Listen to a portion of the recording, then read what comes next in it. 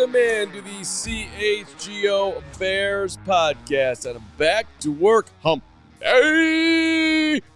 Hump day! We are the epitome of what you want to see at noon for your Bears football coverage. Mark Carman, Greg Braggs here for you. Baldy coming up. Nicholas Moriano at Halas Hall. Hoag's getting a reset day, but he's with you in spirit. He will be with you in person at something that I want to remind everybody about because it's going to be a ton of fun.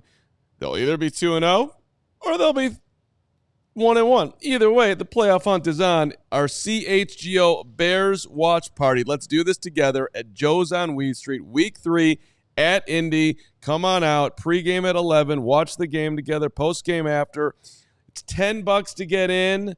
You got reserve tables, 4 to 6 people. Let's go. Or what you really want to do, we know you want to do this. You want to go all you can drink, hang out. Let's go Miller Lite. Let's go White Claw. Let's go mimosas. Let's go Bloody Marys. Let's go crafted import beers. Let's go ciders. Let's go seltzers. Let's get the premium mixed drinks going.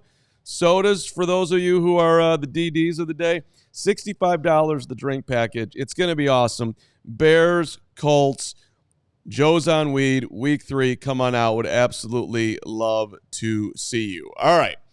Ton to do today. And again, Baldy coming up. But we are asking a very simple question to start the show today, which is as we always pay deep attention to the title and we never get off topic here. Headline of the show today, if you're listening online and you just kind of clicked through and didn't pay attention, are Shane Waldron and the Chicago Bears. That's right. Developing Caleb Williams in the best way. All right. Now, look, I'm going to jump back from that for a second and just kind of give you a big picture focus of what yours truly at the Carman Twitter sees. And sure, I like to live in the reality land. Braggs likes to call me, what's the word you use? Dumbass. I don't know. Dumbass. HR. Negative Nancy. Whatever. But cynical. There you go. So this is what I wrote. This is how I'm seeing the start of the season. We got an O-line that's wonky. We got switching back and forth at right guard. We got Coleman Shelton looking like he's never played the position. We got Caleb running backwards in trouble. We got DeAndre Swift getting tackled for loss after loss. Right. O-line wonky. All right. We got a quarterback who, I don't know, goal for him is to win 8 Super Bowls and end up in the Hall of Fame. Not taking any of that off the table for the record. I think that's all. Let's dream it big. But he threw for under 100 yards in Week 1. Yes. If anybody, and this is not, I'm not putting it all on Caleb. I'm just saying what happened. All right. If you had told me that he was going to throw for under 100, I would have bet a lot of money that would not be true. He's going to throw for under 100. You're going to be wrong. Well, you would have been right. The number 9 overall pick, Odunze. He's got an MCL sprain, run into by Velus Jones Jr. That ain't ideal. The top kick returner, Velus. Bears apparently could have traded him for something, didn't trade him, and then he kicks the ball in Week 1 as the kick returner.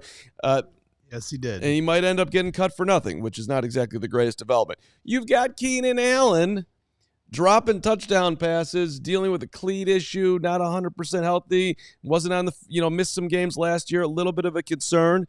You have Montez Sweat. He missed part of training camp. He was running the hill. He was limited last week with a toe injury. He spent time in the injury tent on Sunday. He ended up with 2 tackles, no sacks, no tackles for loss. That's obviously the huge key part of the defense. Right. And then you got the offensive coordinator who as far as I can tell, at this point in time, we'll talk to Baldy about this. We'll talk to Baldy about all this. He doesn't really seem to understand his personnel. Gerald Everett's playing more than Cole Kmet. That's bizarre. Travis Homer, Khalil Herbert, Velus Jones Jr., they're all getting the same amount of carries. More important than all of it, Caleb Williams looking at the sidelines like, come on, man, as they're getting delay of game calls, false starts, the whole thing. Not looking the way it's supposed to look. Again, week 1, long season, all of that. But to the question that I'm asking, I mean, could it have started any worse week 1 outside of the fact that they won the football game? Miraculously, but they won it. It's not a great start to the year, right?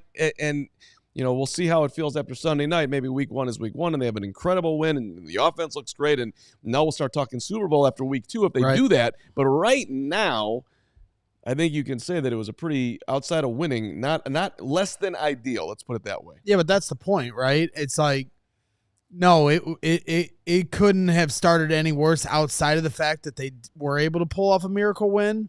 But when you list all those things off and then acknowledge the fact that they did end up winning, I think it does speak to the depth of this team. That was one of the number one takeaways we had after the preseason games, where the second and third string guys were put on full display, and the score differential for the preseason was, one of the best in the last 10, 12 years since the Seattle Seahawks. And so with all those... Did you just say score differential in the preseason? Yeah. Like how many points the Bears won by in the preseason? 68-point score differential. In the last 6 teams that had a 60 or more score differential, they've all made the playoffs here in the last 12 years. Okay, I'll take that point. Take that point. Way to go, the Brags. The last team to have as a higher score differential than the Bears was the Seahawks, who went to the Super Bowl and won. So there is a straw to grab for. Score differential preseason. Well, again, it's a silly, but at the same time, it just speaks to the depth, and that was the point we made in the preseason. And so here it is. They win a game despite all of that. Right. And so last year, this team had the slimmest margin of error. And any singular mistake, if any of those things that you listed off happened, it was the reason they lost the game. Now, you could have all these things go wrong, and this team still had a chance to win a football game and then close it out and did win it. So their margin of error is bigger now. And if they can clean some of these things up, that's the silver lining. Because you got Daryl. You talk about all the negative, and there was a lot of things that went wrong. Montez Sweat, obviously didn't have a great week 1, but Daryl Taylor did, right? Andrew Billings, getting in the backfield looked amazing. Tyreek Stevenson just won NFC Defensive Player of the Week. If you watch and go back and watch the game, you see Jalen Johnson and Tyreek Stevenson white on rice on everybody. So let me make a Daryl Taylor point with you real quick that I thought of today, which I thought was a brilliant thought by me. One of my many brilliant thoughts of the day. If, let's just say, for argument's sake, Poles had made the trade with the Patriots for Matthew Judon, had given up the 3rd-round pick, it paid, and went out over his skis further than he wanted to go. And in the first game, Matthew Judon looked like Daryl Taylor did.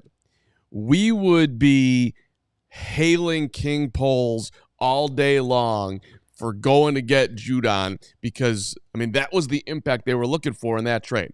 He ended up not overpaying for Judon. Now, I'm not saying that Daryl Taylor's going to have a better season than Matthew Judon, but he paid a 6th-round pick for a guy. A 6th-round pick. Right. Like he's already won that trade. They don't win the game.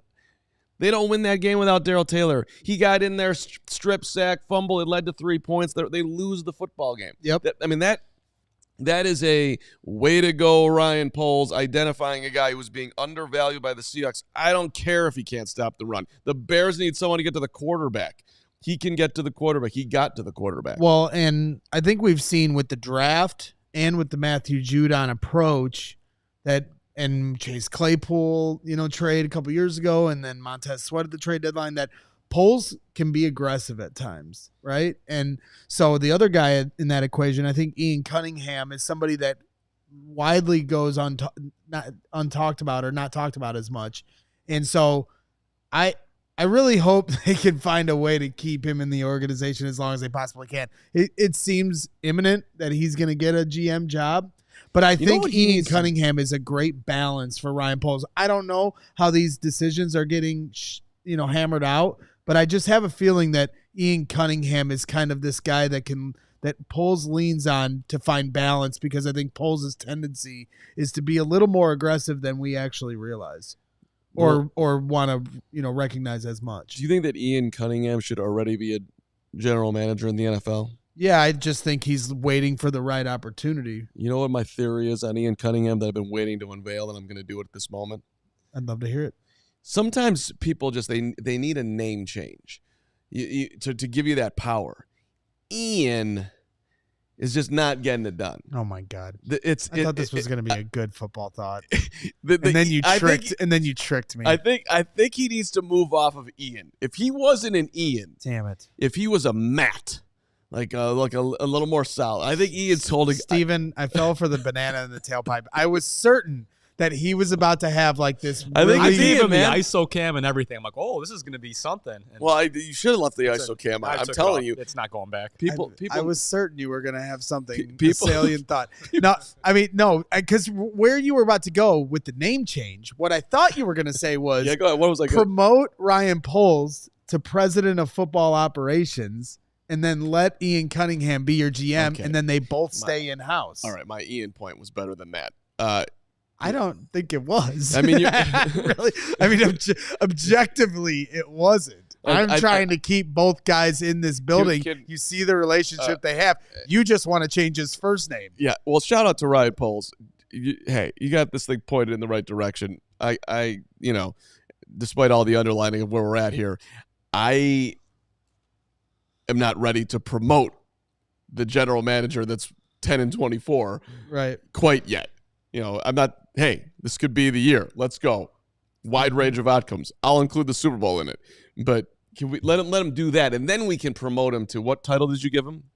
President of Football Operations. President of Football Operations. I mean, look at how he, connects with the players and the organization, carries himself. Seems like a perfect president of football operations, can still be in the room helping make the decisions. And then you've got Ian Cunningham there, who is the guy that seemingly talked Ryan Poles out of trading up in the draft for Rome Odunze. Rome Odunze falls to 9, and so I think there's a good balance there with those guys. Speaking of Rome Odunze, and then I want to get back to I got another question for you, but speaking of Rome Odunze, let me add my name to the chorus of conservative Bears fans out there that would like to see the Bears protect the player from himself as far as Rome is concerned. If Rome wants to play on Sunday, that's sweet. He probably will. He played through a punctured lung in college at Washington. I mean, this is a tough cat. I don't care if he's 98% healthy. Give him the week. He left the game. I'm not there yet. I know, which is exactly why people like you end up looking like this, because you should have taken. Come on, Rome's not taking any escalators anytime soon. To me, like we're overreacting, or we potentially could be overreacting to Rome's injury and saying, "Oh, definitely sit out this week," when we really don't know the fullest extent. They easily could have just done the MRI as a precautionary measure, as Mark Silverman reported yesterday. Sylvie reported yesterday that, shout out to my guy Sylvie, saying that it wasn't as bad, but he mentioned it to him the next day, and he's, a top 10 pick, prized possession wide receiver, right. And so they want to make sure he's okay. I think there's a very good chance that Rome Odunze is a game time decision all week long, and then they play him on Sunday, because it really wasn't as bad as we all were worried that it could be. No, I think that's certainly still on the table. Right. No, he just limped off the field. It's a number 1 draft pick. You got him for 4 years. Why don't we throw him out there against the Texans, because we just because he wants to play and because we're not thinking long term. Hey, would you agree? I'm not saying there's not a chance he doesn't play. I'm just saying. Yeah. I'm not saying. And your boy Boogie, my guy, is asking, why is he getting a second opinion? You know why he's getting a second opinion? Because he's smart, because he's got good representation, because he's thinking about the long term. Whereas this gentleman I didn't mean to say anything about your injury, because that was absolutely horrendous what happened to you. But that was great. But my point is that at the tailgate on Sunday, there you are wobbling around on your leg to the point that you had to take a nap and sit down because you're pushing it so hard. Ice up, we don't son, need that. as Steve Smith would say. You got to ice up, son. Yeah, well, I want the Bears to be more protective of Rome Odunze than you are of yourself. All right. I want to look at Shane Waldron coming on back here with a little bit of a lens. But first off, shout out to our friends at Monster Jam, which is returning to Chicagoland. It's the only place to see the world's most popular trucks and the best drivers roar into Allstate Arena. That's September 20th to the 22nd. It's going to be awesome. You've got head-to-head battles for the event championship, the big air, backflips, crazy skills, the all-out racing, massive stunts, 12,000-pound Monster Jam trucks pushing to the limit. The championship series will feature 8 skilled athletes battling for the championship. Rookie MJ Solorio grabs the bull by the horns behind the wheel of the El Toro Loco. El Toro I'd like Loco. to see you drive the El Toro Loco.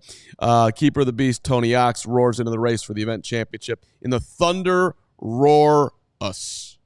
Experience big-time family fun at Monster Jam, the most unexpected, unscripted, and unforgettable motorsports experience for families and fans in the world today. Monster Jam, coming to Allstate Arena September 20th to the 22nd. Gregory, that would be you now. That's right. I want to give a shout out to Empire. Do you want me to do this while you're tweeting? No, I got you. Because I love Empire and I love their flooring. I love Empire as well. Okay, go ahead. I love Empire as well. And with Empire today, you get shop at home convenience, the right product for your needs, and quick professional installation and a low price guarantee. Empire today is the best place to get new flooring. So, of course, they have copycats. When you're doing something good, you're always going to have copycats, right, Carm? But Empire can't be beaten on quality, service, speed. So competitors advertise low-quality products that Empire simply won't carry. Empire won't promise the lowest prices because anyone who does that is putting flooring in your home that they wouldn't put in theirs. And that's the key, right? You want somebody that would put their, product in their own home. If they're not, it's not good enough. So keep shopping for floors simple with curated product selection. Empire's philosophy is to help you find what you need and not overwhelm you with thousands of different choices and substitutes. What they leave out of their selection is as important as what they put in. Empire's product team exhaustively combs through thousands of product samples each year to find the perfect styles. You go to a restaurant, if there's way too many things on the menu, that means they're not paying attention to the good stuff. You want a smaller menu. Smaller menu means better food, and that is what Empire's doing. Smaller menu, better product. Virtual floor designer, great way to see how your new floors will look in any space.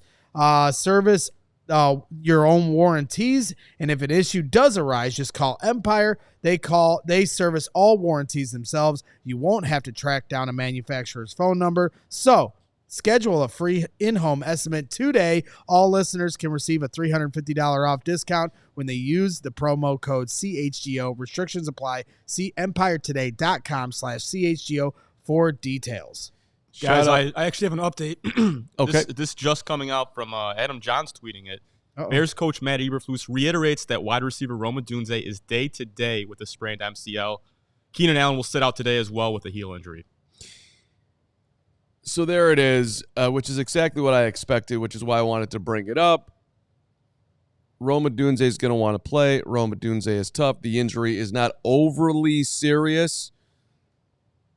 Not week to week, day to day. Right. That wording's like very I said, they're going to game time decision this thing all the way to Well, Sunday in the hopes of gamesmanship. I mean, you saw with the Niners, with Christian McCaffrey. Did you see that whole thing where the running back said after the game? Jordan Mason, yeah. Jordan Mason admitted that he was told on Friday that he was going to be the starter. Right. But then these crafty football coaches. Right. I don't know. They're going to, they might have to prepare for Rome. Cover that guy. Nothing's lost on these brilliant football coaches, but they got to prepare for Rome and they got to prepare for Tyler Scott. They might have to prepare for Velus too, and they might even have to prepare for Colin Johnson. Let's keep it all a secret because we're just that smart. What's Don't the forget about David Wallace. The exact warning at Keenan was that he's just sitting out today. Sitting out today with the heel. Yeah, heel. All right, so Keenan played 13 games last year. He had foot stuff going on, and here we're starting the season. So this is it's a big deal. The Keenan thing, they're both big deals, but the Bears are paying Keenan $23 million, which is significant. But more so than that, he is a huge security blanket for the rookie quarterback. So hopefully it's just sort of a vet day and he's all right. But that's not ideal. This kind of reminds me of I think you have to protect some of these guys from themselves. Like Keenan Allen's a veteran, he knows better. But with Rome Odunze, you do have to protect him from himself. Carm, you'll like this comparison. It's not quite as severe at all, but Michael Jordan wanting to play through his foot injury in, what was that, his second season? Yes, this is going to be different, but you're reaching. But keep going. It is a reach because it's a much more significant broke his injury. Foot game 3, and he wanted to play. Well, right. Okay. Yeah, no, that's fair on the back end. Sure. And ownership was holding him out. And right. I think I believe this was in the documentary too. They asked him well, if there was an 85% chance of you. Right, 90%, 10%. Well, he said depends on how bad the headache is. Exactly. Right. Well, that's different in that Mike was already the rookie of the year and it was already headed to greatness and all the things. But look, again, Rome Odunze is a huge part of the Bears' future. Rome Odunze has got a bright career in front of him. Rome Odunze does not need to play on Sunday. If the Bears want to do some gamemanship, that's cool. I'm not the doctor. I don't know what his knee looks like. I'm just saying, as somebody who likes to think long-term in general with these things, I see no reason why he needs to play on Sunday. That's all. I'm not against it. I'm just saying, I think everybody's guaranteeing that he won't play on Sunday, and I'm just trying to add in the idea that I think there is still a chance that maybe the injury isn't as bad, and now there's a gamesmanship being implemented because they have the leverage of the fact that they had an MRI so they can screw around with this all week. Right. So let's take a peek at Shane, all right? So, and I mean, I went back and watched the game for the third time today, all right? And you're good, man. It's good. You're impressed with my work ethic? That's good. You like that? Yeah. Times. Thanks, Greg. I appreciate that. And, the clips that you put out yesterday and the ones that I was a little bit late to retweet, I'd like to apologize to you because you are grinding. From now on, all of you in the chat, if you see a clip go up that Carm hasn't retweeted, tag him and remind him to retweet it. I don't need that at all, but thank you very much. And for real, appreciate everything you do. It's huge for the show, huge for CHGO. You're the man. I got you. Steven's got our back. Left the show. I got your back. You got our back. We're a team. Exactly. All right. Thank you. So here, Baldy's coming up at 12:30, so we'll get further into it. But on one of his Baldy breakdowns, he did 2 minutes and 30 seconds watching it, saying, "I don't know what I'm looking at right here." Right. I have no idea what I'm looking at. Okay. And then we go through this every Nagy and then Getsy. Now Waldron. I mean, how many times do you hear it over and over? And but we were kind of ahead of the curve on this, Steven, if memory serves. I believe we had some wide receiver that was peeked behind the curtain a little bit. Yeah, that this was I'm trying to remember. I think we were was it the Super Bowl? Yeah, it was great. Yeah, it was right. We were at the Super Bowl, and I believe there was a paper towel by the name of Bounty. Yep. That was sponsoring a guy by the name of Jackson Smith and Jigba, and the Bears had just hired, or had they hired him at that point? Mm-hmm. I think they had just hired him, and yes, that's right. And so we asked him, what he thought about Shane Waldron, and if for people that might have forgotten this one, this was what he said. Bears fans are super interested about the offensive coordinator coming in, Shane Waldron. What can you tell them about who they just hired to try to get this offense where it needs to go?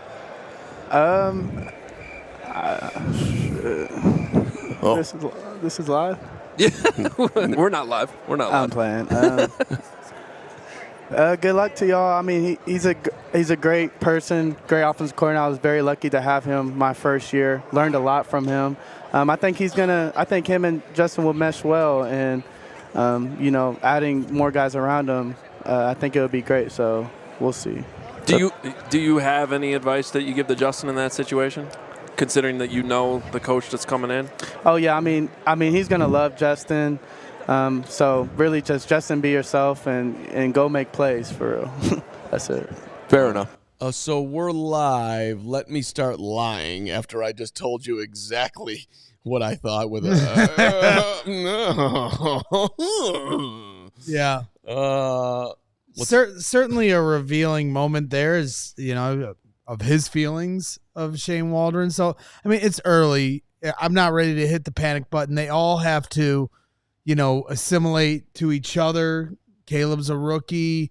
It's a first-year offense. You've got new pieces on the offensive line. You've got new talent, at wide receiver and running back. There's a lot of things that go into this. Shane Waldron is responsible for helping reclamate Geno Smith's career. Reclamate? Keep going. Is that not? Yeah, reclamate. I think that's a new one, but Don't do this, Jenny. Okay. Epitome. It's an inside joke. Certainly he reclamated. Keep going. Yeah, certainly. So, but at the same time, I mean, there are things that were cause for concern. You mentioned them in the first segment of, the Cole Kmet, Gerald Everett stuff, which if you watch the 85, make sure you check out the 85. Cole gives his thoughts on his snap usage and wanting to be a team player, but also wanting to, be on the field as much as he possibly can. The running back situation, as you mentioned, the right guard rotation, trying to figure out who your center is going to be. And overall, let me ask you this. Travis Homer, Khalil Herbert, Velus Jones each had 2 carries apiece. Gerald Everett had 34 snaps. Cole Kmet had 27. Cole Kmet was second on the team last year in targets, second on the team in catches. Keep going. Go ahead. What's the question? Well, I was going to ask you this because I was talking with my guy Shane Marsaw. He'll kill me for saying Shane Waldron, but he sent me this text earlier today. Shane Marsaw, my guy from the Tape Never Lies Network, good friend of mine, helped me get here. Good buddy. Anyway, he reclamated you. Yep. He reclamated. He said, "Here's the most damning stat from last weekend and can't be defended. DJ Moore, Keenan Allen, DeAndre Swift, Rome Odunze, and Caleb Williams. Guess how many times they were on the field together against the Titans? DJ Moore, Keenan Allen, DeAndre Swift, Rome Odunze, and Caleb Williams. How many snaps were they on the field all at the same time? Tell me the names one more time, like I'm 7. I'm sorry. DJ Moore, Keenan Allen, Rome Odunze, the big 3 wide top receivers. 3 receivers, yeah. DeAndre Swift and Caleb Williams. That's your That's your core. How many times 10? were they on the field? 10 snaps. Okay. It's not a lot. That's not enough. Okay. Like if you're talking about winning your matchups, Shout out to Carman for the 10 call. So the geniusness of the way I deciphered the direction you're going. It sets you up to understand. You knew it was going to be a low number. Right, but I think, look at Donnie, our 578 at 3. I went to 10. Couldn't have been that low. Yeah, so take that, Donnie. Regardless, good job. Way to nail it. Yeah. You're very smart. But that just puts on full display to Shane Marsaw's point. Like, come on, you have this talent you bring to this team. You put them all on the field at the same time to put the other team in a bind to try to figure out where they're going to shift coverage. Where, you know what I mean? And instead you don't have them on the field at the same time. It doesn't make sense. And then you get into the Cole Kmet stuff, not playing him enough. Like that doesn't make sense. Cole Kmet is somebody that can block and get out and catch a pass and run routes. Gerald Everett, I don't know if you're as worried about when he's lined up, if this is going to be a run play. He's not blocking as much. So to me, Cole Kmet helps disguise what you're doing at the line of scrimmage. So I think there's a lot of things they can clean up, and certainly from a personnel usage, Adam Hogue's talked about that. And so here we'll find out on Sunday night if they make some adjustments off that. Well, let me give you the worst play, and this is stretching because there was a bunch of them. First of all, they had a bunch of pitches, like fake the handoff to DeAndre Swift. He's 7 yards away from Caleb. Like no one's falling for that. And then Caleb's in trouble. He's got to throw the ball away. It just didn't look good. But there were a bunch of 3rd and shorts, and we'll hit this with Baldy coming up here. 3rd and short. I wouldn't want Caleb Williams in his first game throwing a bomb to Jerry Rice, to Randy Moss. He's throwing a bomb on 3rd and short to DeAndre Carter down the left sidelines. Right. That makes 0.0 sense. Come on, man. Let's do simple well. Let's not ask the QB to make ridiculous, tough throws on 3rd down in his first game. It's just off. There's no way around it. So look, I get it. Fine, first game, no problem. Let's see what you do this week. But Shane Waldron, before we get to Baldy, he's got to be better. You know who doesn't have to be better? That'd be our friends at ComEd. Wow, Carm, what a transition. Thought you were gonna say me. No, well, you don't, Greg. You're perfect and you're amazing, and I am blessed every single day to be with you. But to our friends at ComEd, it's getting easier for businesses to switch to electric vehicles. That's something we can all get behind for the health of the planet and for the well-being of all of us who share it. That's right. The electric grid is evolving to meet your cleaner energy needs as we all move with confidence towards an electric tomorrow. Whether you have one delivery van or a whole fleet of shipping trucks, ComEd can help guide you to make the changes that make sense. So what should business owners do, Gregory? Go to ComEd.com/clean to learn more about the resources, fleet rebates, and infrastructure incentives available to help businesses go electric. If you own a business, don't wait. Start making your plan today to switch to electric vehicles. Good for business, good for the planet, good for all of us. Go to ComEd.com/clean. Did you say ComEd.com/clean? That's right. Go now and see how going electric connects us to a better way of doing business and a better future for generations to come. Thank you to our friends at ComEd, and thank you to our friends at GameTime Picks. Let's go. GameTime is your place, and they've got a new feature. It's called GameTime Picks. It makes getting tickets for your favorite live events even easier. That's right. They are upgrading. First of all, you are getting the best, the most super, the incredible deal that you can get at any secondary ticket place. You get the best at GameTime Picks. Look, you have all-in pricing, okay? So you know exactly what you're paying, no extra fees. You have the seat views, gives you that beautiful, there it is, that's where I'm sitting, that feels right, that's why I'm going to buy that ticket. Mm-hmm. You've got the lowest price guarantee. GameTime is going to credit you 110% of the difference if you find a better price on a comparable ticket on any other site. That's sweet. In GameTime ticket coverage, your purchase is covered with the most flexible customer service policy in the ticketing industry. Take the guesswork out of buying tickets with GameTime. And yes, we're hooking you up. Download the GameTime app, create an account, use the code CHGO. You get $20 off your first purchase. That's right. Terms apply. You can go to like 6 White Sox games for free the rest of the way. Terms apply. Again, create an account, redeem code CHGO, $20 off. Download GameTime today. What time is it? Game time. Who? It's also Baldy time as we bring in our guy, Baldy Breakdown, for his weekly hit on CHGO.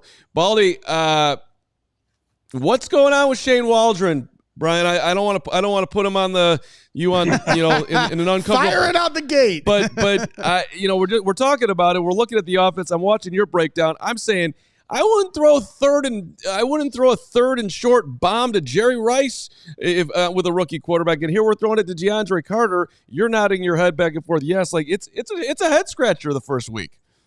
It was a head scratcher. It really was. Because, I don't know if he thought Matt Stafford was his quarterback or Patrick Mahomes, but I saw him in 9 empty sets. Like, okay, I understand, he's Caleb, he's the number 1 pick, but protect your quarterback, for crying out loud. 3rd and 3, there's rub routes. You got Keenan Allen there. Let him go win the route.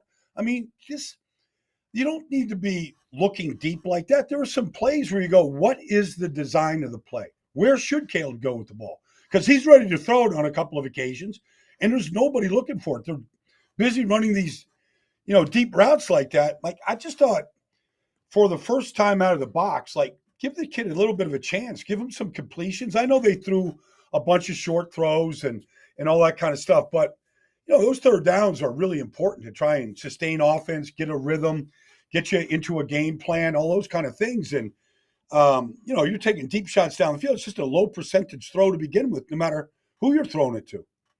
Yeah, you're right. When you talk about getting in a rhythm, that was something when we were watching the game on Sunday was one of my biggest gripes. You saw in the first half on the TV broadcast, Caleb going. He got one completion, and he looks over to the sideline like, "Give me the call. Give me the call. I want another one."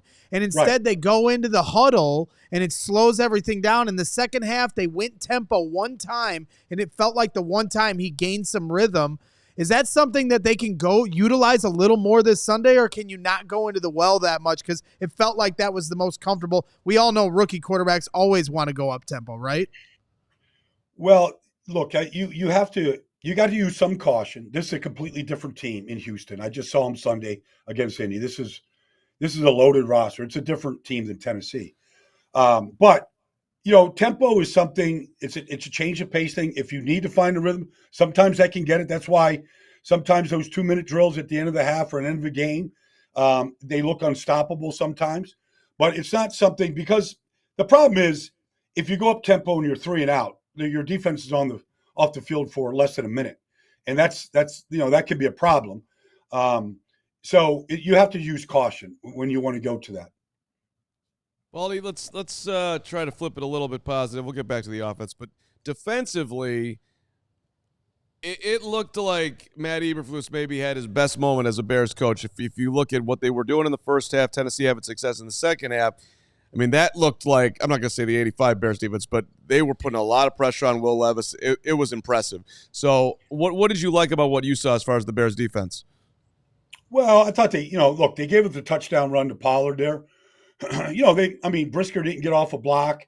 They ran that same play in the second half, and instead of the outside linebacker, just waiting on the kick out block, Darrell Taylor came down and just crashed it and just smashed the whole play up. And Pollard never got a chance to get into the secondary. Like, you just squeeze things a lot harder. You don't give them the space that Pollard got on that particular play. I can imagine Flus coming over the sideline after the touchdown run going, hey, if we just sit here and just wait on these blocks, they're going to do this again to us. So when you see it, go crash it. Smash it right there. Don't let it get started. And so I thought that from that standpoint, they just squeezed the run a lot better.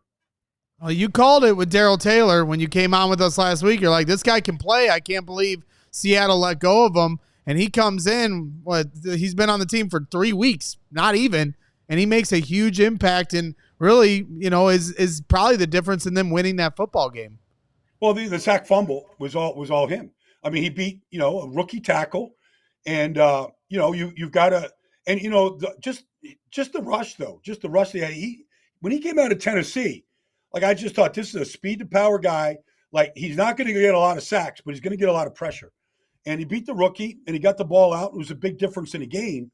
But look, he's way better than the rookie right now. And you can put DeMarcus out there, that's fine. But there's a place for Darrell Taylor in this pass rush. You want to work him in there with a 3-way rotation of Sweat, and Walker. Okay, but he earned position on the field by what he did with those 2 sacks on Sunday, and the biggest play outside of Tyreek's pick 6 right there. That was the second biggest play of the day for the defense. The Austin Booker thing, I think there's a lot of people that are excited about this guy's talent, myself included, and I've talked to former NFL guys like yourself, Baldy, who think that this guy could. I've heard him compared to Richard Dent, a young guy coming out of Tennessee State. That's a big time. Lofty. It is. But it's the fact that people have said that it's like, wow, that's a hell of a comparison right there. But he's also, he's undersized right now. He's underweight. What's realistic as far as his first season and him being able to get off blocks? Because it didn't look like he could in week 1. Well, he played 6 plays. All right, so we shouldn't make any evaluation on 6 plays. Most defensive linemen, I don't care what the name in the back of the jersey is in the history of this game, you almost have to redshirt him. Because what he played at Kansas, they play this 3-3 double cloud defense in the Big 12. Everybody plays the same defense. Iowa State started it. Everybody copied it. I don't care if it was Texas or Oklahoma. They all play the same defense. And it has nothing to do – it's not even the same game as the NFL. And so you have to learn how to, rush the passer. You have to learn how to set the edge. You learn how to defeat blocks. And a lot of that is – okay, you got a young body. Now we have to mature it. We have to strengthen it. We have to, so I'm not saying redshirt him right now, but you almost have to treat it like that. And that's why Taylor got the reps instead of him. But Taylor's earned that. Like, he's played in this league, and Walker's played in this league, and Montez is a stud. So, like, you have to be careful here. Like, expectations, like, I mean, Richard Dent's, he's a different guy. But, just let them grow into his body. There'll be a time for him in some of these games to get some reps. But I wouldn't say let's count on Austin right now. Let's play defense and not have to count on him to make these game-changing plays like we saw Taylor make on Sunday. Well, when you talk about redshirting defensive linemen, we redshirt the center. Well, flipping it back to the other side of the ball, T'Vondre Sweat doesn't seem like he needs a redshirt. The guy was unbelievable against the Bears, and you pointed that out in your breakdown. It doesn't feel like the Bears are going to face too many defensive tackle tandems like Jeffrey Simmons and T'Vondre Sweat. This upcoming week seems like a different challenge on the edge, but the defensive tackles for the Titans certainly gave the interior offensive line for the Bears, which is still a work in progress, they gave them a lot of problems. Look, I nicknamed him T-Pain. Like, that kid, he played a lot of snaps. He's 360 pounds. Like, he's swimming your guard. Like, he destroyed Tevin Booker, or Tevin Jenkins. Like, Tevin doesn't want some of those plays on his resume. He just doesn't.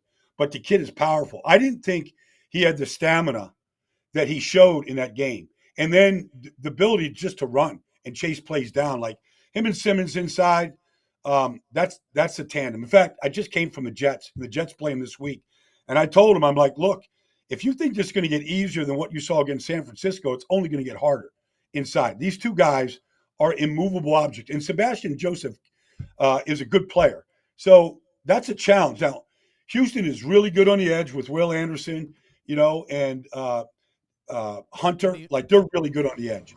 They're not quite as stout inside as what they just saw. So, you should think that, Swift should do a lot better than running 10 times for 30 yards and not having many places to run on Sunday. Well, that's kind of where I'm curious, because it's like it felt like the tackles did a better job for the Bears. Braxton Jones and Darnell Wright, at least in pass protection. Talking to Corey Wooten the other day, he thinks everybody across the line could do a better job in the run game. But I am curious because people are bringing it up in the chat with all of that interior pressure. Something we saw a lot at training camp transferred over in week 1, which were Caleb Williams' tip passes at the line of scrimmage.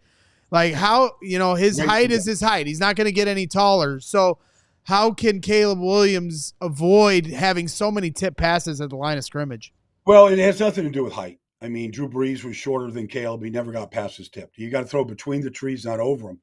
But I think a big part of this tip passes is, like, he's locking in on a receiver, and he's just waiting for him to get open. And he's not looking guys off right now. And that's to be expected.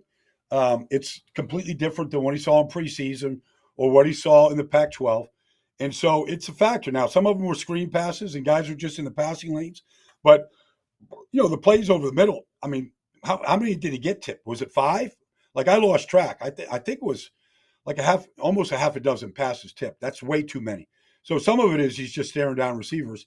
And then some of it, the footwork has got to get you to be able to throw between the trees. And, he's got to get better at that right now. The center, Baldy, can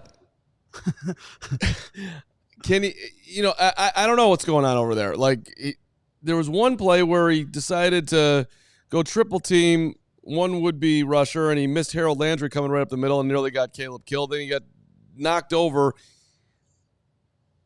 He's 29. I don't know. I keep on looking at offensive linemen and when they fell off a cliff. And I mean, you played till you were 33. You were, a starter in your 30th year and your 31st year. Then you went back to being a backup. Your last 2 years with Philly. I don't know. Is this an age thing, or is it a can't play thing, or is it a scheme thing? I'm trying to figure out what happened. Well, I mean, there was a battle with him and Ryan Bates in the preseason, and they gave it to Ian Coleman. I guess won the job. However, they determined that. I said this. I say it all the time. Your offensive line is only going to be as strong as your center. You can talk about your tackles. They got to be studs especially against these animals we're going to see on Sunday. But your center is the center. If it's not strong, if you're not getting to the second level in the run game, if you're weak in the middle in protection, your quarterback's going to suffer, and your running game, everything's going to suffer. You watched Pittsburgh last week against Atlanta. The best part of the whole offense was the rookie center, Zach Frazier. I mean, I counted 10. He had more knockdowns than points that the Steelers scored. The guy you couldn't take your eyes off him. The center has got to be, you look at Tampa Bay, the reason why their offense looked awesome is because of Graham Barton. Like, he is a stud at center. They've got an average center, and it's going to be a problem. I don't know how much better Coleman can play. I'm sure he can play better. I'm sure everybody can play better up front. It's just the first game. But you're only going to be as strong as your center. I just got one side turn as I was, looking up when did Baldy fall off a cliff and not be able to play? Can you talk about the amazing play that you had in 1988 against the Green Bay Packers, getting loose for a 37-yard catch, a dime from Chris Chandler, and 62's run? The dude looked better than I don't know. I'm not going to say DJ Moore, but Baldy, you were looking nice on that play. Well, I led the league in yards per catch that year with 37 yards a catch. Nobody was close to me. We had this thing in Indy. We had really good backs. Ron Meyer was our coach. He came from SMU. And when we would get the lead in the fourth quarter, we would go to a wishbone offense. And they asked if I would go from starting right guard and play the tight end position to seal the edge, because that was that was really the position that you needed to get fixed if you're going to run a wishbone, is to get the edge fixed. And so we had Dickerson and Albert Bentley. We were pretty stud at running back. I said, look, I'll go do this for you, but you have to put a pass play in for me. That's the only condition. I got good hands. I'm an athlete. I can run. You put a pass play in for me and you call my number, I'll go do it. So Ron Meyer agreed to it. Fourth quarter, we got on a roll in the end of the season, and we were up in Green Bay coming out of our end zone. They called up the number, and, I put both hands on the ball and caught it just the way Jerry Rice would catch it, or Sterling Sharp, or, I don't know, Keenan Allen would catch it. Caught it with my hands. I didn't let it get to the plastic, to my body. I mean, I just retweeted it. Old Time Football's got it. You look nice. I just except I got blown up at the end of the play, yeah, but and so turning around, you get blown up. You did, but you were turning around looking. Who's coming at me? I'm going to hit you right now. Well, the longer it goes in between, the bigger the lies get. So, I'm now saying that the fastest player in Green Bay history caught me from behind. I can't be too disappointed. So the lie has gotten a little bit bigger as time goes on. Yes. Well, you'll have to forgive Carm for his old age, because he clearly doesn't remember us talking about this last year on the show and breaking down the play. I wasn't here that day. Every year, Baldy, we will celebrate your amazing catch here on the CHGO Bears podcast. You have to put in Singletary interfering with me in the end zone. Yes, when the Bears came to Indianapolis and they threw it to me, and freaking Singletary had ruined my only chance for a touchdown. So go dig up that play. Yes. And and get Singletary, put him on the hot spot. The next time we talked to Singletary earlier this offseason, so the next time we have him in, we'll have him own up to that travesty there. I mean, this is going to be a fight after the show, Baldy, because this dude's asking me to remember last year's show as if the 1,000 people watching live right now, we're all watching it. No, it's good. Run it back for all our new people that are tuned in. We have a lot of new viewers. We got every year we will run this story back to celebrate your amazing catch down the sideline. Thank you. Yes, you're welcome. So keep my one memory alive. I'm all well, we're here to gas you up, Baldy. You do such a great job. We talked about that. The only other thing I want to ask you, because Carm brought this up yesterday, and it's a big point of frustration for us as Bears fans, is this right guard situation. Nate Davis didn't practice most of the preseason. Matt Eberflus was clearly calling him out through the media at camp and in the preseason. And now you get to the regular season. Ryan Bates has been injured. Now he's ready to play football, and he outsnaps Nate Davis. At one point, Nate's on the bike when he comes off the field in week 1. And so they're splitting reps. They're doing a rotation at right guard. And it just feels like at some point, to Carm's point yesterday, they just need to pick a guy. And I don't know, from what you watched on tape, who you think you prefer or what Matt Eberflus should do in this situation. Well, I was always a Ryan Bates fan. He was a free agent out of Penn State, went up to Buffalo. I thought when he got inserted into a lineup a couple of years ago, I thought the line played a lot better. So I've been a fan. But Nate Davis went from, honestly, I think he was a 3rd-round pick out of Charlotte, maybe a 4th-round pick. His rookie year in Tennessee, I didn't think like he had any chance of surviving. And I got to admit, like Nate Davis, all he did was improve. I think he's a better run blocker, honestly, than Ryan is. I might be wrong about that. Like, I haven't seen either one of them very much so far. So, but I believe Nate Davis is a better run blocker. He's got a good power to him. But, I mean, you got to look, you got to stay on the field. I mean, nobody stays sharp by not playing. Nobody. And so the more you play, the sharper you get. We saw that was Tevin Jenkins. Like, when he was in and out of the lineup, like, is he a bust? And then he got inserted last year, and he played really good. And he's a tough guy, and he's a big body. And, for a right tackle at Oklahoma State to go in there, I think he found a home. He didn't play great on Sunday. But you got to play to get sharp. It's the only way to do it. Final 3 real quick ones for me, Baldy. Number 1, would you give up on Velus Jones, or would you keep putting him out there?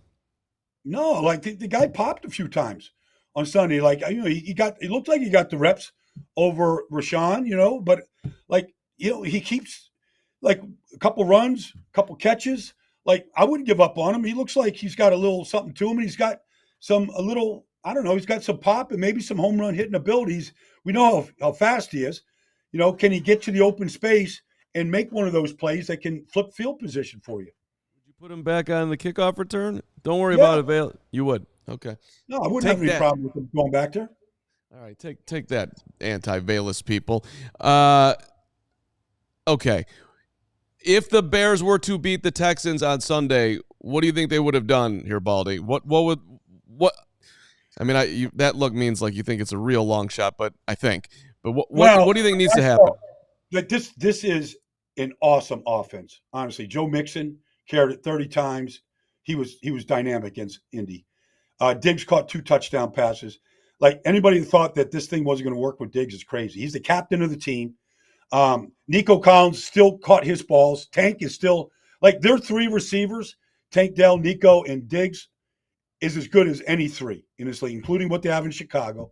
They're as good as anybody. And CJ, honestly, I would say this: if I was going to the state fair and I wanted to win the biggest teddy bear by knocking down milk cartons, I'd probably take CJ.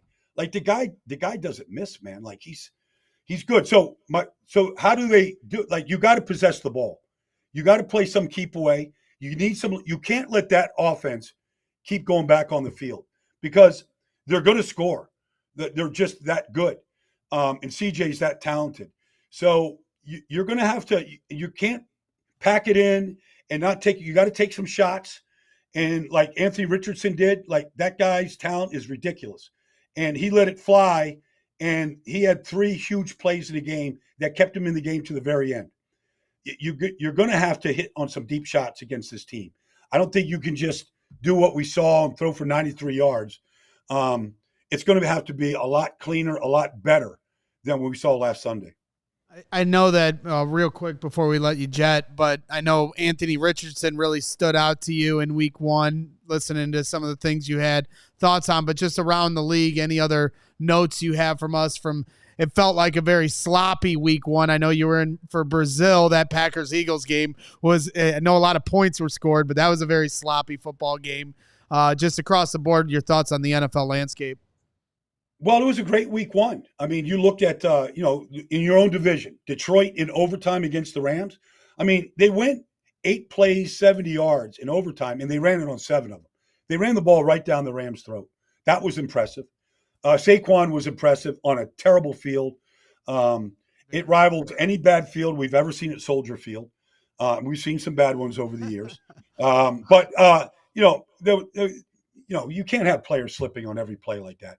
The Dallas defense was maybe the fastest defense I've seen all year so far. To see what San Francisco did with Ayuk and Trent Williams after missing all the camp and all of that, and to see them go in and play like they did and execute against a good team, that was impressive. And then, you look at, say, what Minnesota did. I mean, Sam Darnold came out there and completed his first 12 passes in a row. And so Kevin O'Connell can coach.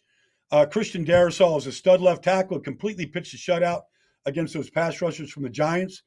Tampa Bay, anybody that think that they were just going to write that team off is crazy. That's a good football team. And maybe Mike Evans is the best red zone receiver we've seen since, Randy Moss. How hard is it going to be for Green Bay to sustain here while Jordan Love is out? Hard. Well, I said way before they traded for Malik Willis, I said they should have gone and gotten Taylor Heineke weeks ago in training camp when I saw the backup quarterbacks play. I said, look, I'm all for hoping every quarterback can play every game, but I feel terrible for Jordan because he's so good, but they're going to put Malik Willis in there. Like he's not ready for this. This is a very good football team around the quarterback. If they had Heineke in there, I'd give them a better chance to win a lot of these games with a proven backup quarterback and a really talented roster. So that's a big spot for Malik Willis right now. Baldy, I'm in a guillotine league, and I had Jordan Love, and so now I got to find a quarterback. My options this week are Jacoby Brissett against the Seahawks, and or Caleb. Ooh. I would go Caleb. I think Seattle showed Bo Nix last week. Like life's going to be tough against that defense, and some of the things Mike McDonald knows how to do. Bo Nix was. It wasn't lost, but it was a rough afternoon. Where are you going to be at on Sunday, Baldy? Oh, Kansas City. Cincinnati, Kansas City. I want to see Joe Burrow and the Bengals bounce back against, a team that looks like the best in football to start this season right now. I'm sure the Bengals fans are just thrilled about that. Pulled pork sandwich at Arthur Bryant's, well, baby. You can never have enough meat. Never. Yeah. So I'm going to find my meat houses in Kansas City. Yeah. I kind of know where to go. Arthur Bryant's right by the Negro League Baseball Museum on the white bread with the pickles. Just one time, hit it. I recommend it. All right, Baldy. See you, brother. Appreciate you. Next week. Yep. Brian Baldinger, the best. Baldy breakdowns on fire this week. On fire. Yeah, he's the best. You do wonder with Ryan Bates and Nate Davis, rotating at right guard. Had Ryan Bates never gotten injured, the world we'd live in because it felt like Ryan Bates was going to get that center. He'd be the starting center and not the starting right guard. Yep. At least it felt that way, like when they were rotating the centers at camp. So it's interesting now that we've gotten to this point, and Baldy says it's an average center with Coleman Shelton. That's going to be an issue all year. It's like, well, we know Poles brought Ryan Bates here for a reason. So it's like how that ends up getting shook out, because you brought up, we brought up yesterday, Matt Pryor and Bill Murray. I don't know if Bill Murray's ready for that moment, but Matt Pryor is a little more intriguing to me. I just think there's a potential for a real shakeup there in the middle of that line. Once Ryan Bates is 100%, which I'm assuming he is, he played, and I don't know. It's just something that I think is going to be something I monitor over the next couple weeks. There's definitely some real conversations going on right now, and I don't think the leash is super long. But the problem is, Ryan Bates has a bad shoulder. Is he ready to hold up for an entire game at center? Probably not, would be my guess. So right. Coleman's just got to play better, which I think, just by who they're going against, I think it's going to look a whole lot better on Sunday. Which is interesting, by the way. The line for Sunday went all the way up to 7. Now it's down to 6. So it's been bouncing around. I'm going to wait. Nobody's picking the Bears to beat the Texans this Sunday. You're not going to trick me with your gamesmanship. Everybody's going to pick the Texans. I'm not talking about that. I'm not talking about our contest. I'm talking about gambling money. Right. Where am I putting my money at Circa? Right. That's what I'm talking about, Gregory. Yeah. By the way, a couple shout-outs here as we Nick's still in the locker room. We're going to try to get him in here before we close out the show. But one was walking down Madison yesterday. My guy Marcus at the bus stop yelled at me from across the street. Carm, huge fan of the show. Marcus, I'm a huge fan of you. And then I want to reveal somebody that saw you at the coffee shop this morning. Hold on real quick, though. Yeah, there it is. There's a little teaser. But I do want to give a quick shout-out and let you guys know that this is the best time to become a diehard here at CHGO Sports and CHGO Bears. We've got podcasts every single day.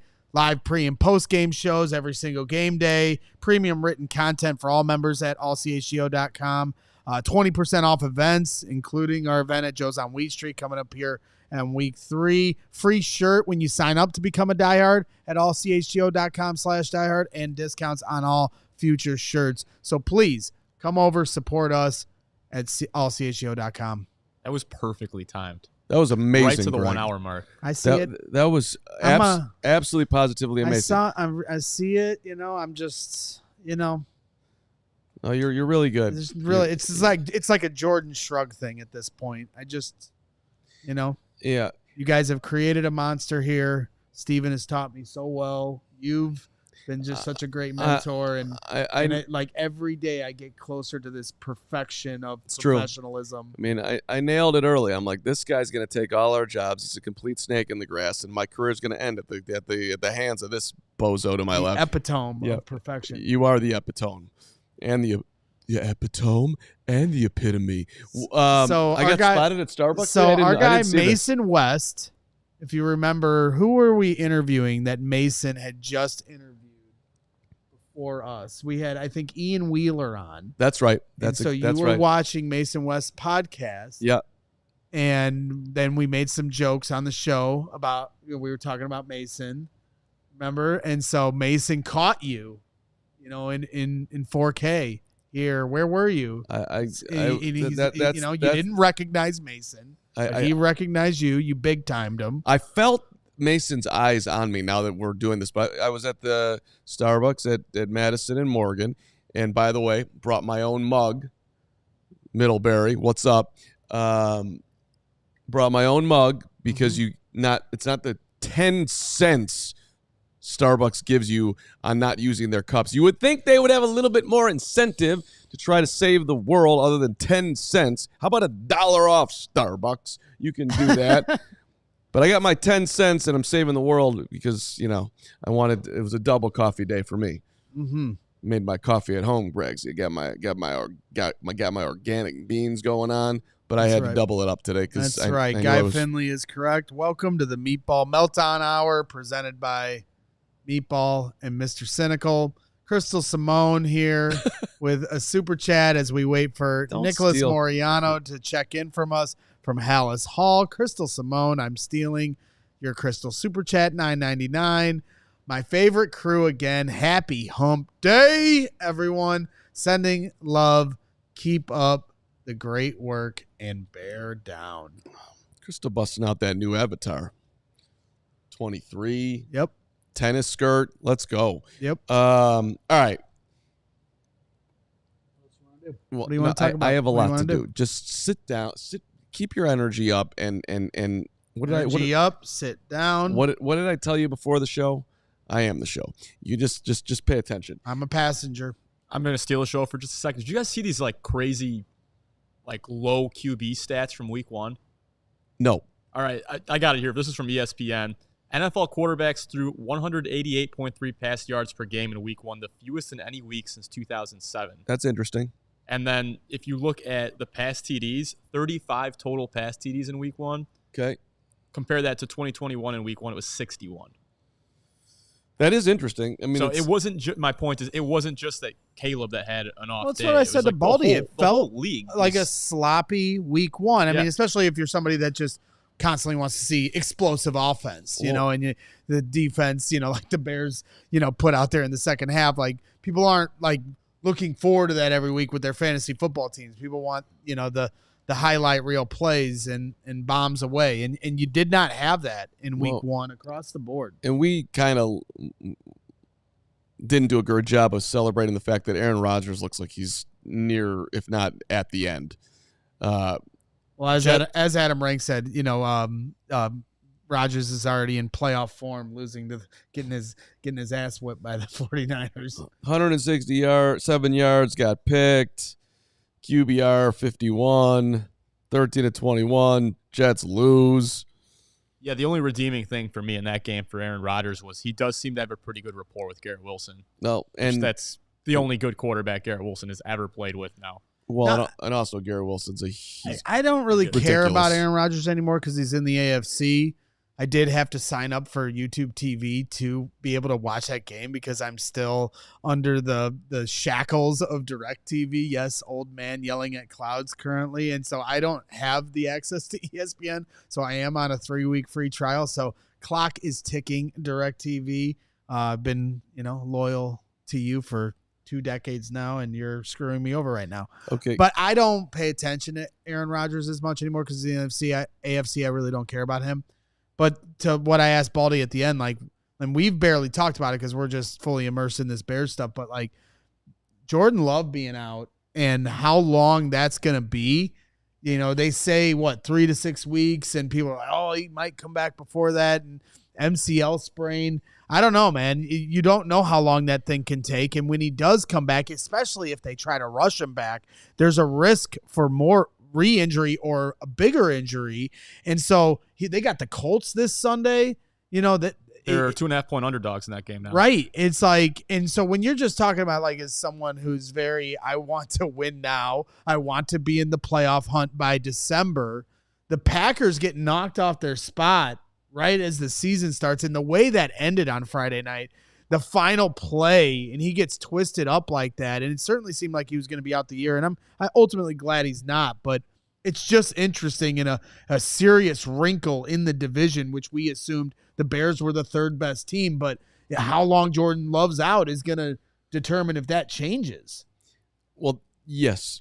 But it's not supposed to be that long. It could be up to 6 weeks, though. I disagree. I think they tipped their hand a little bit because they didn't place him on IR. It's not going to be. For me, if he's going to be out 4+ games, you place him on IR, you get the extra roster spot, you put somebody else there, you sign a QB, whatever.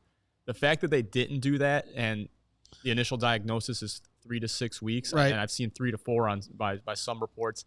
I think it's going to be closer to that 3 than it is. Well, to that we did 6. this last year with Justin Fields, though, and he got hurt. They didn't put him on IR, so everybody's like, "Oh, he's going to be back in a couple weeks," and he ended up being out a full 4 weeks. So, you don't put him on IR because you don't want to lose that chance if he is ready, but it's not a guarantee that he will be. Bottom line, the fact that he's dinged up is however long it's going to be significant. Is significant and obviously good for the Bears. Not that I'd like to see the Bears win by other teams getting injured. I didn't say anything about it. When it happened on Friday, I saw a lot of Bears fans, hooting and hollering or giving Packer fans crap. I kept my mouth shut. I was like, we got a game on Sunday, and I'm not trying to, I'm very superstitious. I do not poke the football god, so I did not even acknowledge that it happened. I just went about my day on Saturday. But you just sprinted as fast as you could to pat yourself on the back for not doing that. That was a Carl Lewis in his prime. What's the other guy's name who, just to make it more current, Usain Bolt sprint to get to that arm. Was it Michael Johnson with the gold shoes? Is that Michael Johnson? Steven's too young. Now you're over my track. But let me just add on. The Lions should have lost, damn it. Oh, man. That was 2 games in a row to the Rams. The Rams just completely blow it to the Lions. But to Baldy's point, it was impressive the way the Lions imposed their will at the end and won that game. Right, but that was a championship level finish to that game for the Lions. It shouldn't have gotten that far. Stafford had a wide open receiver. I forget who it was on 3rd down. He hits that. I think it was it Puka or was it Cooper Kupp? It doesn't matter. He was open. He missed him, and then he put his hands on it. Said, next thing you know, they end up in overtime and lose the football again. They were awful close to both being 0-1, and I don't know. Now the Rams have Detroit's less dominant, man. They're less dominant. The Lions are they've taken a step back. I don't know about all that. Yeah, but then the Rams, because it was a well-played game. You want to talk about sloppy week 1. That game felt a little more like both teams were ready to play. But now the Rams have sustained some serious injuries. Their center, I think, is out for a year. Yeah, and Puka Nacua's out. He's not going to be playing in the week 4 matchup against the Bears. So things are already, you've got here on Sunday, Jeff Okudah, the cornerback for the Texans, is going to be out on Sunday. So, the Bears are sustaining some injuries right now, trying to figure out what they're going to do with Odunze. But, these teams coming up here on the schedule, they've also sustained some things as well. Fair enough. And as we look ahead to Sunday from a Bears standpoint, and Baldy underlined it, just here's some of the scary numbers. Joe Mixon, not dead yet, 30 carries they handed it off to him, 159 yards. That's the second biggest game he's had in his career. Nico Collins caught 6 balls. Tank Dell was on my fantasy team. That was a terrible pick by me, but whatever. He had 3 catches for 40. Stephon Diggs got in the end zone twice. I mean, that's a good group right there, man. And then you've got guys coming at the quarterback too. So, is it house money on Sunday night? Yep, I said that earlier. We put a clip out this morning. Wow. House money. House money, huh? I said that on the postgame show on Sunday. It absolutely is, and that's why I was just so adamant the Bears needed to win week 1. I understand there's this large developmental big picture thing with the Bears, and we don't want to focus on the Bears having a chance at a playoff spot, but I do. I'm sorry. Forgive me. I'm crazy like that. And so at the end of the day, the Bears it was a must win for me week 1 because I didn't want week 2 to have to be any kind of a must win and let it be the house money game that it is and that it now is. Luckily, thank God to the defense and special teams saving the Bears because this would have been a miserable ass week if all the things you listed to start the show that went wrong, if the final thing was that they also lost, and now you're going into the Texans game, staring 0-2 down the barrel with the Colts week 3, Anthony Richardson looking really good, that would have had me just completely having meltdowns every day here. So now we can all kind of take a sigh of relief to an extent, encourage the offense to take a step in the right direction. They can't get any worse, it feels like, than they played week 1. And so, yeah, I think they are absolutely playing with house money here in week 2, and that's fine. Win or lose, just improve.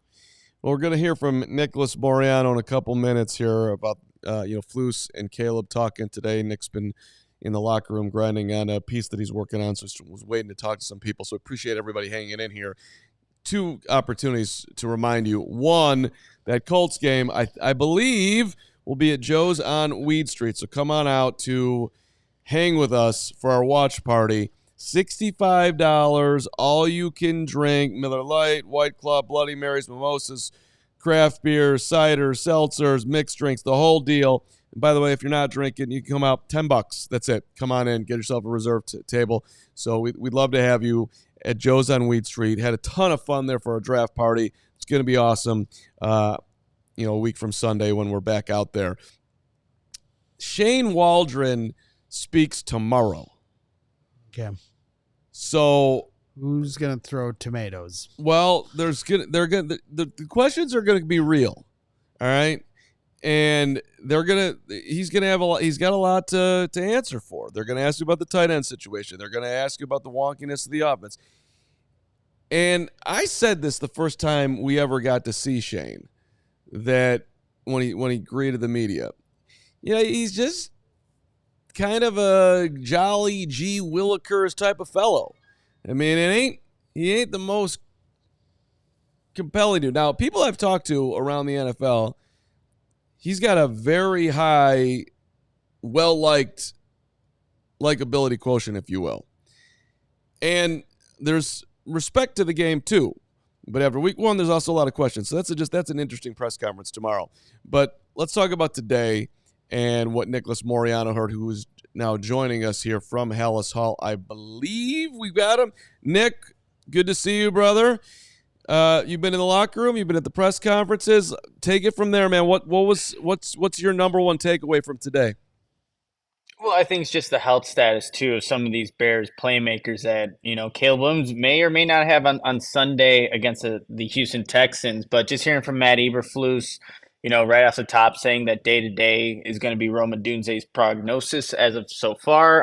He is going to practice today, but he's not going to run any routes. Going to do more of the conditioning for Wednesday's practice, which will be a very physical practice that Matt Eberflus said. So that's kind of what Rome Odunze is dealing with as he deals with this MCL sprain. And then Keenan Allen will rest today with that heel. And, the benefit that I guess that Caleb Williams has, that he still does have a guy like DJ Moore, but I think that's the top story going into this one, just the health status of 2 of the top playmakers for the Bears, and that, creates opportunities for guys like Tyler Scott, who wasn't active last Sunday against the Tennessee Titans, but Matt Eberflus called this an opportunity, not knowing exactly what's going to happen between Rome and Keenan, but it is an opportunity for a guy like Tyler Scott if he is asked to get more playing time on Sunday against Houston Texans.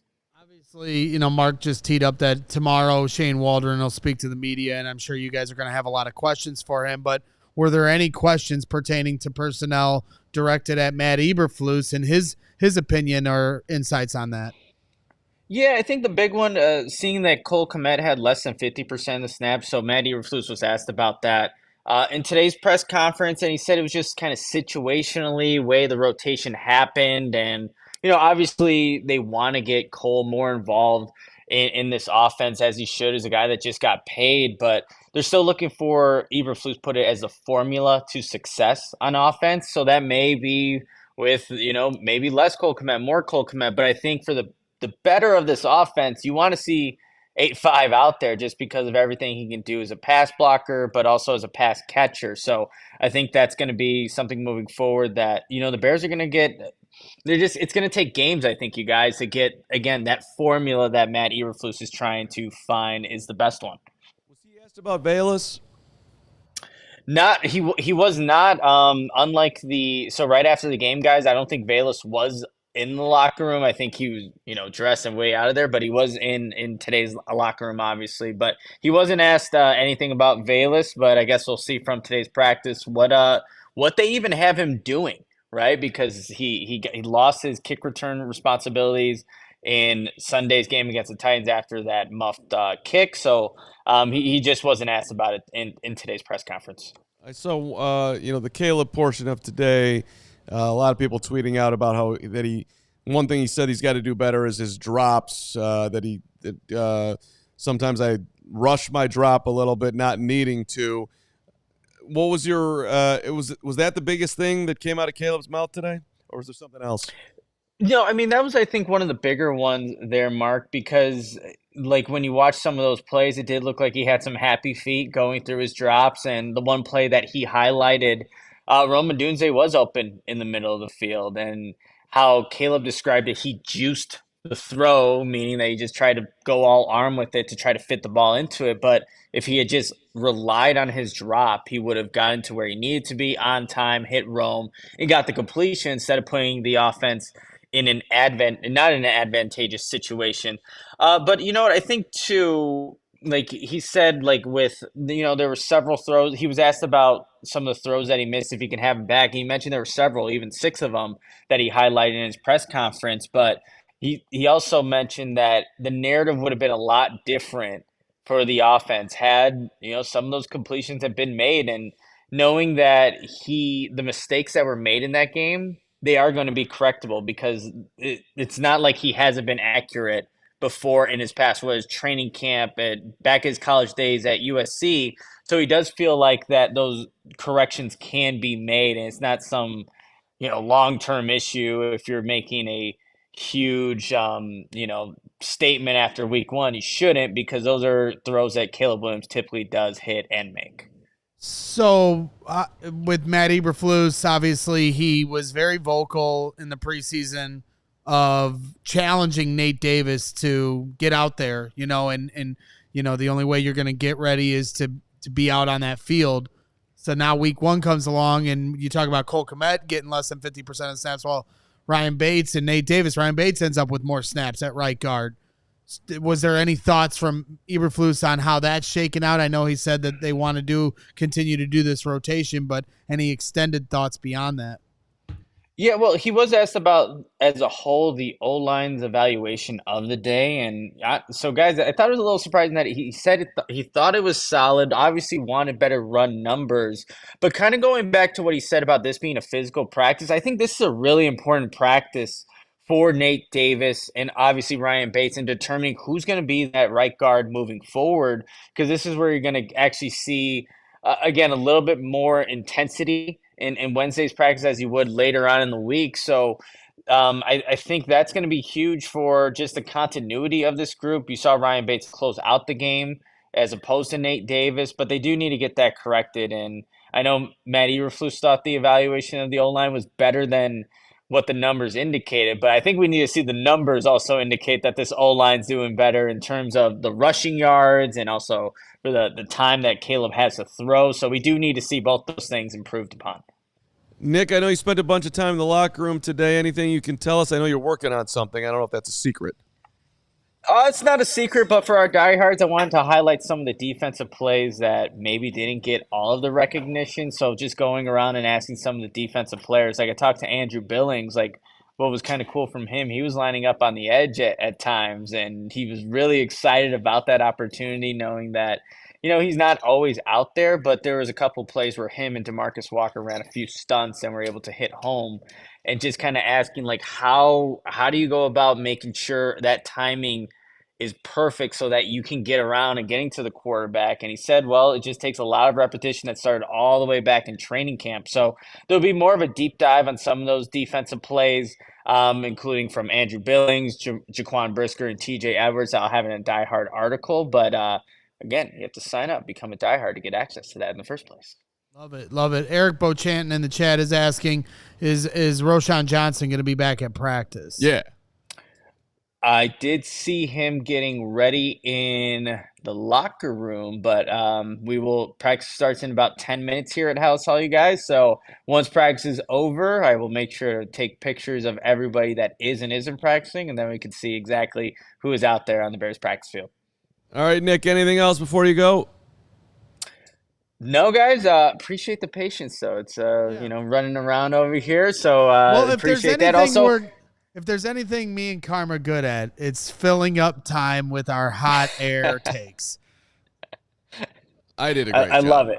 You were. I'm sure you guys both did a great job. Also, shout out to Patrick Norton, who's also here. If you're seeing all the tweets from CHGO Bears, that's all Patrick. He's filling in and doing a great job here at Halas Hall. Oh yeah! Shout out to Norton. Patrick Norton, new guy, knocking it down. New guy. That's the effort we need out of Patrick Norton and everybody else around here. If somebody else wants to take the trash out at this fine place, I would love to see that too. Never mind. I got you. Did it again today. Nick, have a great. It's the only thing that's keeping his job at this point. I do. That's it.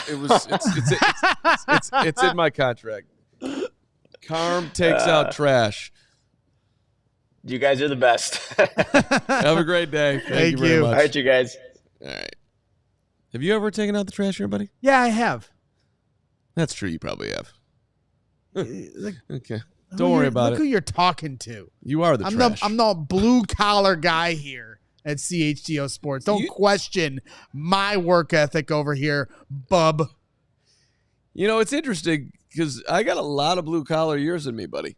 I started. You're an under the radar blue collar guy. I've always given you that credit. Thank you. I have always given you that credit. I mean, if you went, but you don't. I don't what? You don't put yourself out there as a blue collar guy. You're very like. What are you talking about? Just the way your I carry presence is not blue collar. Your presence is silver spoon. Pinky in the air, bougie. What are you talking about? Yeah.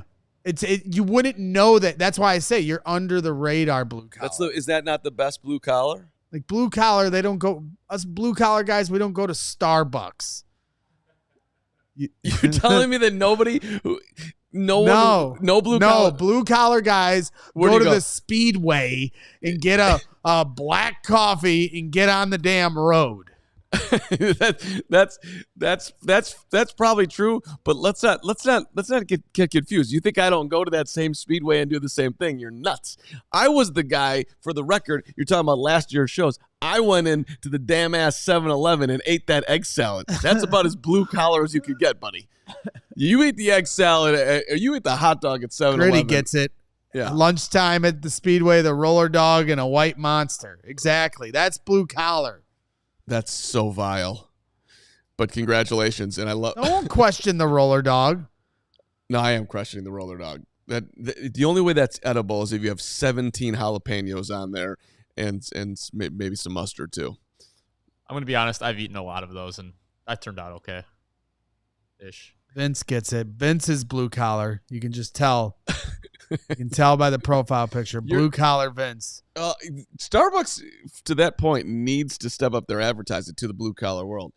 Because, or maybe they just need to stop charging $4.38 for a regular coffee. $4.90. Let's get our super chats in here.